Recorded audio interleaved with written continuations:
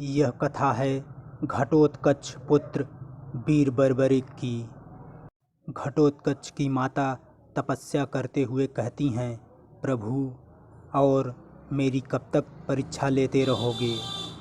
मैं आपके दर्शन के लिए युगों युगों तक बैठकर यूं ही तपस्या करती रहूंगी। अब आपकी दर्शन की प्यास सहन नहीं हो रही है प्रभु। कृपया दर्शन दीजिए प्रभु, मुझे दर्शन दीजिए। और भगवान कृष्ण प्रकट होते हैं, कहते हैं, वत्स हिडिंबा। हिडिंबा जैसे ही आंखें खोलती है, कहती है, प्रभु प्रभु आप आ गए, प्रभु आप आ गए।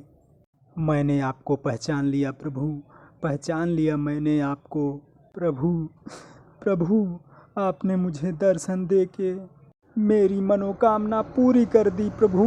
आपने, मैं धन्य हो गई प्रभु, धन्य हो गई।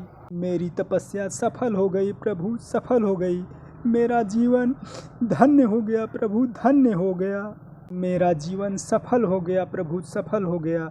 कृष्ण कहते हैं, उठो वत्स। हिडिंबा कहती है, प्रभु भगवान शिव का कथन सत्य हो गया। उन्होंने कहा था एक दिन आप अवश्य मुझे दर्शन देंगे। कृष्ण कहते हैं, देवी हिडिंबा मैं तुम्हारी तपस्या से बहुत प्रसन्न हूँ। भगवान शिव ने जो दर्शन देने के लिए भविष्यवाणी की थी, वो दिन आज का ही दिन है। तो फिर आज मैं तुम्हें दर्शन कैसे नहीं देता? प्रभु आपके दर्शन करने के बाद तो आंखें बंद करके कल्पपान तक प्रभु आपकी तपस्या कर सकती हूँ प्रभु। कृष्ण कहते हैं, नहीं देवी हिडिंबा, अब तुम्हें एकांत में तपस्या करने की कोई आवश्यकता नहीं है।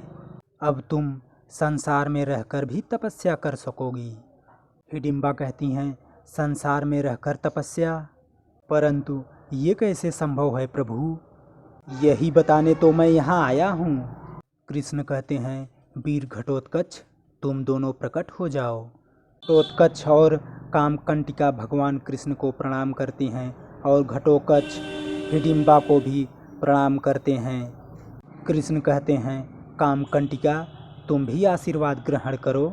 घटोत्कच की माता कामकंटिका को भी आशीर्वाद देती हैं। हिडिंबा कहती हैं, परंतु ये सुंदरी कौन है? कृष्ण कहते हैं, ये प्राग ज्योतिषपुर की युवराज्ञी कामकंटिका है, तुम्हारी होने वाली बहू। और इसी के विवाह के लिए हम तुम्हें इंद्रप्रस्थ ले जाने के लिए आए हैं। हिडिंबा कहती हैं, परंतु प्रभु आप तो अभी तपस्या की बात कर रहे थे। ये सब तो मुझे घर गृहस्थी की ओर ले जाएगा। भगवान कृष्ण हंसते हुए कहते हैं, इसीलिए तो मैंने तुम्हें कहा था, अब तुम्हें संसार में रहकर ही तपस्या करना है। देवी हिडिंबा सच तो ये है, विवाह के बाद तुम्हारी बहू घटोत्कच के पुत्र के रूप में एक धर्मात्मा और महान योद्धा को जन्म देने वाली है। हिडिंबा कहती है, सच में प्रभु? भगवान कृष्ण कहते हैं, हाँ, और घटोत्कच के पुत्र को धर्मात्मा बनाने का उत्तरदायित्व मैं तुम्हें सौंपता हूँ। और ये शुभ कार्य तुमसे बेहतर और कौन कर सकता है, क्योंकि इस पुत्र की तुम दादी भी हो और एक महान तपस्विनी भी। घटोत्कच के पुत्र बर्बरिक की शिक्षा और दीक्षा वह तपस्या है जो तुम्हें इस संसार में रहकर करनी है। हिडिंबा कहती है, मैं आपकी आज्ञा का पालन करूंगी प्रभु। जब कामकंटिका ने श्री कृष्ण के आशीर्वाद के अनुसार एक सुंदर बालक को जन्म दिया, तो दादी हिडिंबा ने कृष्ण भगवान के आदेशानुसार बर्बरिक को एक धर्मात्मा बनाने के लिए उसे अच्छी अच्छी कहानियाँ सुनाकर उसमें धार्मिक संस्कार सींचने लगी। हिडिंबा कहती हैं, पुत्र बर्बरिक सो तो नहीं गए? बर्बरिक कहते हैं, नहीं दादी माँ, सोच में पड़ा था। हिडिंबा कहती हैं, सोच में? क्या सोच रहे थे? बर्बरिक कहते हैं, मैं ये सोच रहा था कि आपने मुझे सारा ज्ञान दिया, पर ये नहीं बताया कि मुक्ति क्या होती है। पुत्र बर्बरिक, मुक्ति मनुष्य के जीवन का परम उद्देश्य होता है, जिसे पाकर मनुष्य मृत्यु और जीवन के चक्र से मुक्त हो जाता है और परमात्मा में लीन हो जाता है। अर्थात उसे अपने पाप और पुण्य के कर्मों को भोगने के लिए फिर जन्म नहीं लेना पड़ता। परंतु ये मुक्ति प्राप्त कैसे होती है?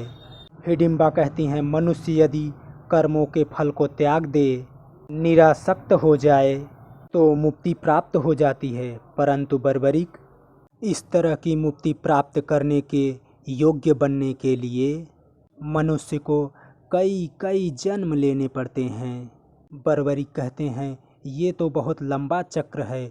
प्रभु की आत्मा में हमारी आत्मा लीन होने के लिए पता नहीं कब से तड़प रही है, जिसे मैं शीघ्र ही मुक्ति पा सकूं।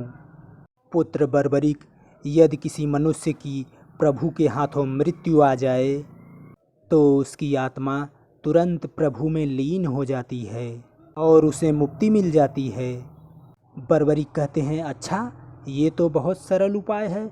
मैं प्रभु श्री कृष्ण से जाकर युद्ध करूंगा और वो मुझे मार डालेंगे और मैं जन्म जन्मांतर के चक्र से मुक्त हो जाऊंगा।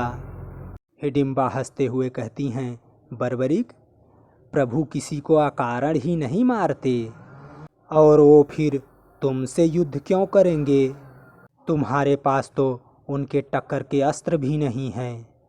उनके पास तो सुदर्शन चक्र है, जिसका तोड़ किसी के पास भी नहीं है। बर्बरिक कहते हैं, मैं घोर तपस्या करके महान अस्त्रों का ढेर लगा दूंगा और फिर श्री कृष्ण को मुझसे युद्ध करने के लिए विवश कर दूंगा और फिर देखता हूँ कि वो मेरा वध कैसे नहीं करते। और इसके बाद बर्बरिक तपस्या करने के लिए महिसागर संगम तीर्थ स्थान गया और घोर तपस्या शुरू की। बर्बरिक की लगातार तपस्या से प्रसन्न होकर नौ दुर्गा ने और अपने 9 रूप उसे दिखाए और उसे इतना बल दिया जिसे तीनों लोकों में किसी के पास नहीं था।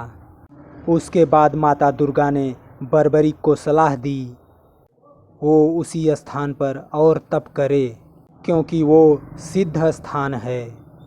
तुम्हारी तपस्या से यदि सिद्ध माता प्रसन्न हो गईं तो वो भी तुम्हें वरदान देंगी। और सिद्ध माता ने बर्बरिक को वासुदेव अस्त्र प्रदान किया और गणपति से संबंधित सारी विद्याओं को और अस्त्रों को प्रदान किया। इस पर भी बर्बरिक को संतुष्टि नहीं हुई तो वो और अधिक तपस्या करके देवी सिद्धांतिका से अपराजिता वैष्णो देवी महाविद्या प्राप्त करके अजय बन गया। इन सारी विद्याओं और अस्त्रों से संपन्न होने के बाद एक दिन जब कुरुक्षेत्र में कौरवों और पांडवों की सेनाएं आमने सामने डेरा डाल रही थीं, तब बर्बरिक भी युद्ध में भाग लेने के लिए अकेला ही कुरुक्षेत्र की ओर चल दिया। भगवान कृष्ण पंडित का भेष बदलकर वहां प्रकट होते हैं और कहते हैं, ठहरिए विप्रवर। बर्बरिक ब्राह्मण को देखने के बाद कहते हैं, प्रणाम ब्राह्मण देवता। हे ब्राह्मण देवता, आप और रणभूमि पर? कृष्ण कहते हैं, मैं पांडवों का पुरोहित हूँ, किंतु आप बर्बरिक हैं ना? बर्बरिक कहते हैं, हाँ, परंतु आप मुझे कैसे जानते हैं? कृष्ण मुस्कुराते हुए कहते हैं, मैं तो हर किसी को जानता हूँ। यूँ समझ लो, मुझसे कुछ भी छुपा नहीं है। तुम एक महान योद्धा हो जो इस युद्ध में भाग लेना चाहते हो। मैं इस युद्ध में अवश्य भाग लेना चाहता हूँ ब्राह्मण देवता, परंतु इस समय नहीं। कृष्ण कहते हैं, अब नहीं तो फिर कब? मैंने निर्बलों की सहायता करने के लिए व्रत लिया है। कौरवों और पांडवों में से जिसकी पराजय होगी उसी पक्ष से मैं युद्ध करूंगा। कृष्ण कहते हैं, और तुम एक ही पल में इस महायुद्ध को समाप्त कर दोगे, है ना? बर्बरिक कहता है, हाँ, सचमुच में आप तो सब कुछ जानते हैं। हाँ, मैं सब कुछ जानता हूँ, इसीलिए तो युद्ध शुरू होने से पहले तुमसे मिलने आया हूँ। परंतु तुम तो अकेले हो, तुम्हारी सेना कहाँ है? बर्बरिक हंसते हुए कहते हैं, हमारी कोई सेना नहीं है ब्राह्मण देवता, मैं अकेले ही आया हूँ। कृष्ण कहते हैं, तुम अकेले हो और पल भर में समाप्त करने की इस युद्ध को महत्वाकांक्षा भी रखते हो? ये मेरी महत्वाकांक्षा नहीं है ब्राह्मण देवता, ये आत्मविश्वास है, मेरा आत्मविश्वास। मुझे अपने बल पर, अपने सामर्थ्य पर और अपने युद्ध विद्या पर और अपनी तपस्या पर पूर्ण विश्वास है। कृष्ण कहते हैं, तुम युद्ध करना चाहते हो और तुम्हारे पास कोई सेना भी नहीं है, और मैं देख रहा हूँ तुम्हारे तुड़ीर में केवल 3 ही बाण हैं। अस्त्र की कोई आवश्यकता नहीं है ब्राह्मण देवता, मुझे तो युद्ध समाप्त करने के लिए एक ही बाण की आवश्यकता है। एक बाण तो बहुत है। कृष्ण कहते हैं, केवल एक बाण से तुम इस महायुद्ध को समाप्त कर दोगे? अरे भाई, मैंने ना ऐसा कभी देखा है और ना सुना है। कहीं ऐसा तो नहीं बर्बरिक, तुम्हें कोई अलौकिक शक्ति प्राप्त है? आप ठीक समझ रहे हो ब्राह्मण देवता, मुझे सिद्ध माता से अपराजिता वैष्णवी महाविद्या प्राप्त है। इस विद्या के कारण मैं अजय हो गया हूँ, मेरा वध कोई भी नहीं कर सकता। कृष्ण कहते हैं, कोई भी नहीं? आपको विश्वास नहीं हो रहा है ब्राह्मण देवता? होगा भी कैसे, आपने जो मेरा कमाल नहीं देखा है। ठीक है, मैं अपनी विद्या का प्रदर्शन आपके सामने करता हूँ, फिर आपका संदेह विश्वास में बदल जाएगा। कृष्ण कहते हैं, अरे भाई बर्बरिक, तुम्हारा ये चमत्कार तो सचमुच देखने लायक है, दिखाओ ना, जल्दी दिखाओ। अवश्य, चलिए। ये पेड़ देख रहे हैं आप? हाँ हाँ, देख रहा हूँ। बर्बरिक कहते हैं, कितने पत्ते हैं इस पेड़ पर? कृष्ण कहते हैं, अनगिनत। तो जैसे कुरुक्षेत्र में इकट्ठा होने वाले सैनिकों को गिना नहीं जा सकता उसी तरह मैं अपने एक ही बाण के प्रहार से इन सब पत्तों को निशाना बनाता हूँ। कृष्ण कहते हैं, एक ही बाण से? और भगवान कृष्ण एक पत्ता अपने पैर से दबा लेते हैं, दूसरा पत्ता बाएं हाथ में ले लेते हैं। बर्बरिक कहते हैं, हे ब्राह्मण देवता, अब तो आपको विश्वास हो गया होगा कि एक ही पल में एक बाण से मैंने जो निशाना बनाया है, उसी तरह युद्ध में मैं एक ही बाण से विद्रोही सेना के सारे सेनाओं और सेनापतियों को मारकर ढेर कर सकता हूँ और पलक झपकते ही युद्ध समाप्त कर सकता हूँ। कृष्ण कहते हैं, हाँ, अब विश्वास हो गया है, पूर्ण विश्वास हो गया है कि तुम एक ही पल में पूरा युद्ध समाप्त कर सकते हो।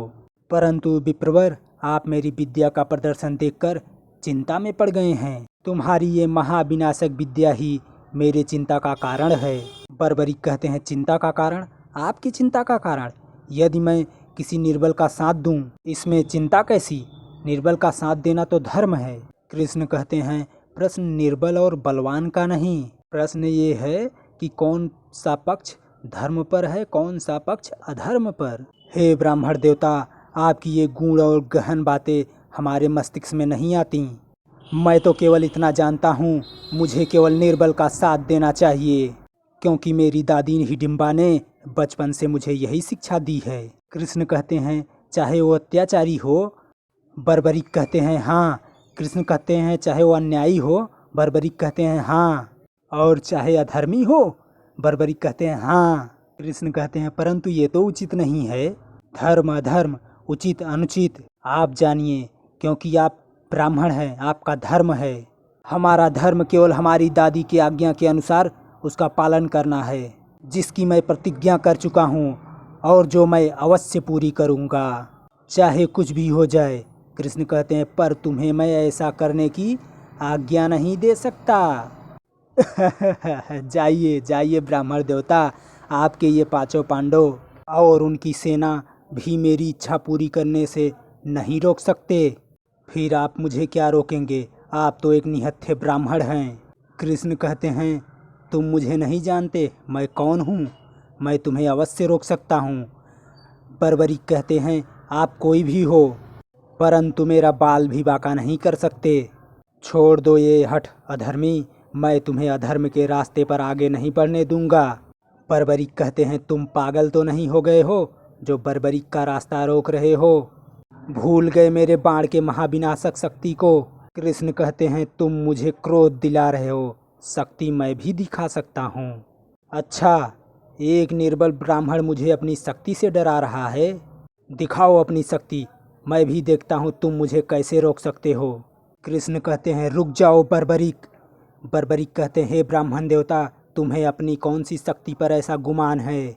कहीं आप उन 5 पांडवों के विशाल सेना पर तो नहीं इतरा रहे हैं जो कौरवों को पराजित करने वाले हैं? ठीक है, मैं अभी इसी समय शक्तिशाली पांडवों और उनकी समस्त सेना को पेड़ के विभिन्न पत्तों की तरह सदा के लिए उन्हें धरती पर सुला देता हूँ। कृष्ण कहते हैं बर्बरीक। बर्बरीक कहते हैं चिल्लाने से अब कुछ नहीं होगा ब्राह्मण देवता, अब आप मुझे नहीं रोक सकते। मेरे तुड़ीर से निकला हुआ तीर कभी वापस नहीं आता। मैं 5 पांडवों को अपने तीर से मारकर लाखों योद्धाओं का जान बचाने जा रहा हूँ। निर्बल कौरवों को विजयी बनाने जा रहा हूँ।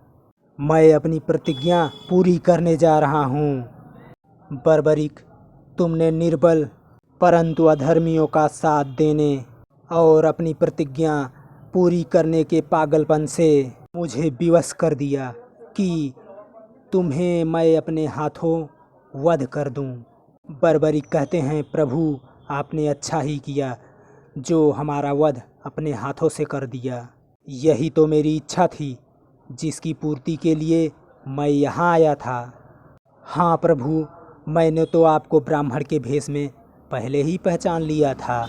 क्षमा करें प्रभु, मैंने ही जानबूझकर आपको क्रोध दिलाकर विवश कर दिया था ताकि आप मेरा वध कर दें। इसीलिए मैंने अपनी अपराजिता वैष्णवी विद्या का आपके हाथों मेरे वध को संभव बनाने के लिए ही तो मैंने बड़े परिश्रम से ये विद्या प्राप्त की थी प्रभु। जानते हैं प्रभु, मेरी आकांक्षा मेरे बचपन से मेरे मन में फल फूल रही थी। कृष्ण कहते हैं जानता हूँ, बचपन में तुम्हारी दादी माँ हिडिंबा ने तुम्हें बताया था मोक्ष का सबसे सीधा और सही रास्ता यही है कि तुम मेरे हाथों अपने प्राण त्याग दो। बर्बरीक कहते हैं धन्य हो प्रभु, आप तो अंतर्यामी हैं, आप तो सब कुछ जानते हैं।